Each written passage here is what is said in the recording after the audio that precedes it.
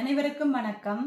நாங்கள் இன்றைக்கு உங்களுக்கு கோழி குழம்பு எப்படி செய்வது என்பதை செய்து காட்டப் போகின்றேன்.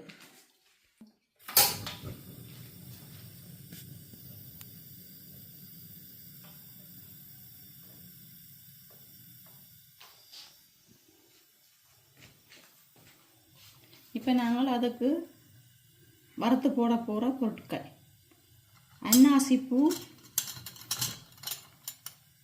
ஒன்று, ஒரு கருவாப்பட்டை, பெருஞ்சீரகம் ஒரு தேக்கரண்டி, வால்மிளகு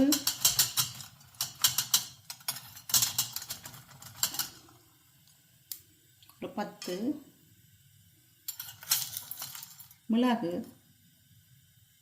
மிளகு ஒரு தேக்கரண்டி,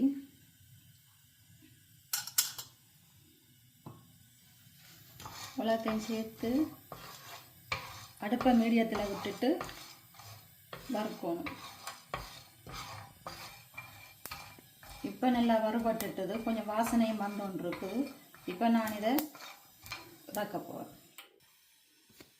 இப்போது நாங்கள் கொஞ்சம் நல்லெண்ணெய் விட போகின்றேன். விட்டுட்டு கொஞ்சம் வெங்காயம் போட போகின்றேன். சின்ன வெங்காயம் உண்டா இன்னும் நல்லா இருக்கும். நாங்கள் எங்கள்கிட்ட இருந்த பம்பா வெங்காயத்தை போடுறோம். அதையும் இதோட போட்டுட்டு ஒரு பச்சை மிளகாய், இதுங்களை நாங்கள் பச்சை கலரில் ஒன்று உப்பப்பு ஆகிட்டுருக்கேன். ஒரு பச்சை மிளகாய், தேங்காய்ப்பூ,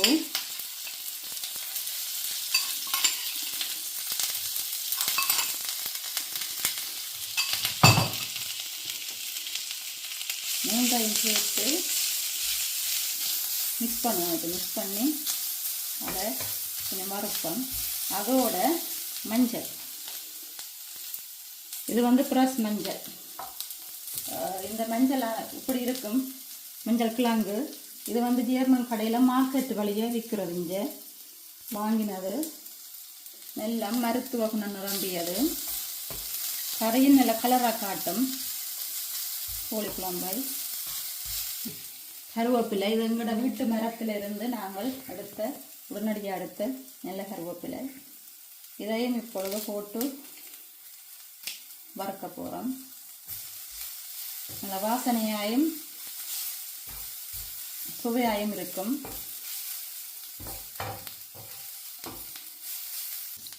இப்போது தேங்காய் நெல் நன்றாக வறுபட்டு விட்டது. ஒரு 3/4 பதம் வறுபட்டால் காணும்.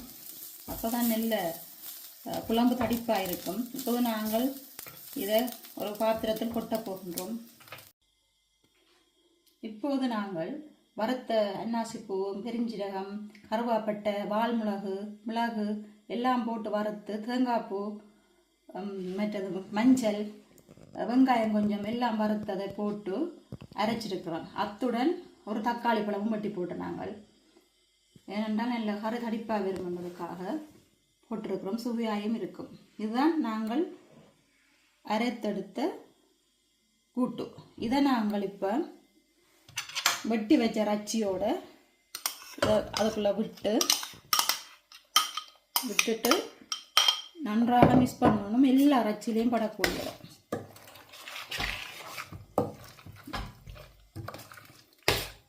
நாங்கள் இப்போ நல்லா எல்லா இறைச்சிலையும் படக்கூடியதாக நன்றாக சேர்க்க வேண்டும். எல்லாத்துக்கும் நல்ல கலராக வந்திருக்கு அரைச்சது.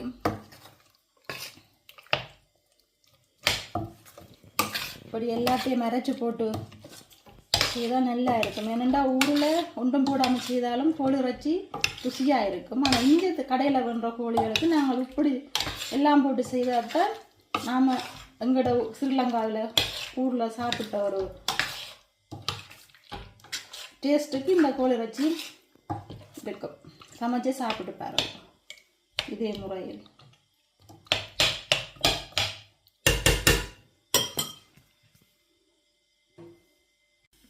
இப்போது நாங்கள் சட்டி வச்சுட்டு எண்ணெயை விட்டு நாங்கள் நல்லெண்ணெய் கொதிச்சுட்டுது. அதுக்குள்ளே நாங்கள் கொஞ்சம் கடுகு போட போகிறோம்.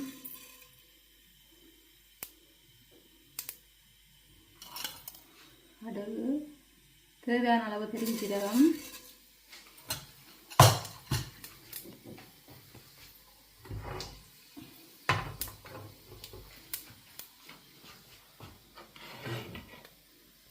வெங்காயம்,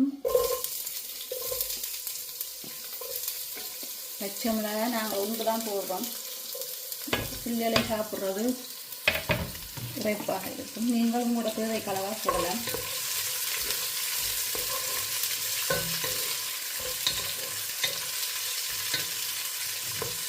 வதங்கி கொண்டிருக்கு. அதோட கருவேப்பிலை போடுறேன்.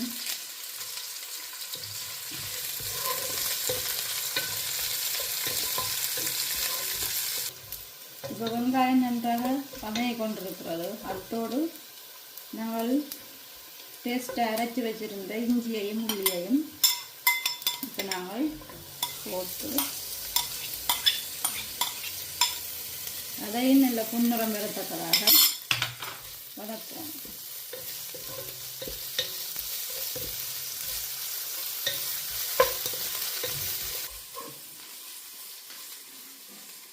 இப்போ நாங்கள் நல்ல இஞ்சி உள்ளியெல்லாம் வதங்கிட்டது. அரை மணி நேரமாக ஊற வச்ச கோழி வச்சு இதுக்குள்ள நாங்கள் உப்பும் சேர்த்து ஒரு கரண்டி நாங்கள் நோமலாக பாவிக்கிற கறி மிளகாத்தூளும் போட்டு மிக்ஸ் பண்ணியிருக்கோம். இப்போ அதை இப்போ போட்டு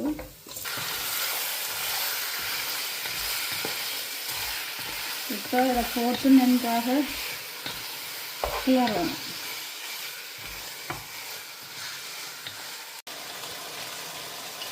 இப்போ கொதிச்சு கொண்டிருக்கு. தனி மிளகாத்தூள் போடுறோம். அதையும் போட்டு சேர்த்து நல்லா உங்களுக்கு தேவையான அளவு உரைப்பை நீங்கள் போடலாம். நாங்கள் எங்களுக்கு தேவையான அளவு போட்டிருக்கிறோம். உரைப்பு கூடன்னா நீங்கள் பச்சை மிளகாய் எல்லாம் கூட போடலாம், நல்லா இருக்கும். இப்போ நாங்கள் கிரைண்டரை அதை சும்மா கழுவி போட்டு எடுத்தது. இது சும்மா தண்ணியை விட்டு ஆட்டி எடுத்தது. அதையும் போடுவோம். ஏன்னா நாங்கள் கொஞ்சம் தண்ணியாக தான் குழம்பு வைக்கின்றோம். நாங்கள் ஏன்னா பிள்ளைகளுக்கு கொஞ்சம் குழம்பு தான் கூட சாப்பிடுவோம். அதுக்காக நாங்கள் கொஞ்சம், நீங்கள் வரட்டியும் வைக்கலாம். ரெண்டும் நல்லா தான் இருக்கும், சாப்பிடுவதற்கு மிகவும் சுவையாக இருக்கும்.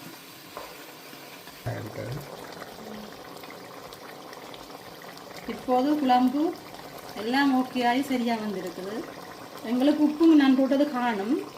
நீங்கள் உப்பு உங்களுக்கு கணக்காக பார்த்து போடும்போது நான் தேசி புளியும் விடலாம். நான் தக்காளி பழம் வந்து புளிக்கிறபடியால் தக்காளி பழம் கொஞ்சம் புளிப்பான தக்காளி பழம், அதனால் நான் விடையில் உங்களுக்கு புளி காணாட்டி நீங்கள் தேசிக்காய் புளி விடலாம். மிகவும் சுவையான கோழி குழம்பு இப்போது ரெடி.